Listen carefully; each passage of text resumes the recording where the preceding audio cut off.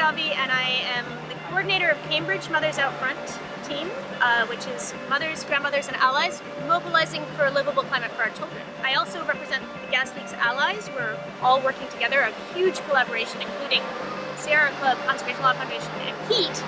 And then here at the site right now, we have some guest researchers from Stanford, and we also have Alan Waxman and his crew from Greentown Labs with a startup new technology using spectroscopy to measure gas leaks.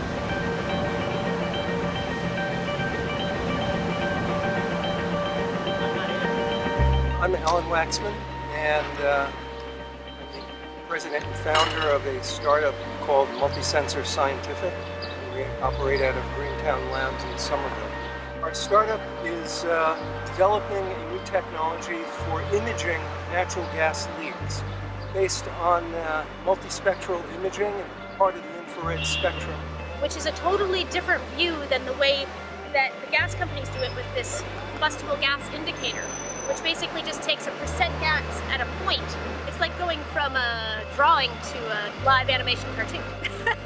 So all of this is really about detecting methane. So methane is the primary constituent of natural gas, and methane is a major greenhouse gas.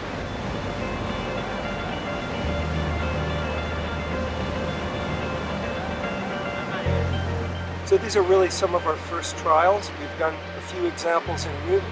Today we're in Cambridge. We'll be doing this at 30 different leak sites around Boston this summer. The utility will rip out the curb, dig it open, find the leak, and repair it. We'll document that, and then the whole thing will have to be put back together.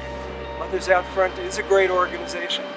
Very important to catalyze the local community and to educate the community about these important gas leaks and how they affect the atmosphere in terms of greenhouse gas and, of course, ultimately climate change.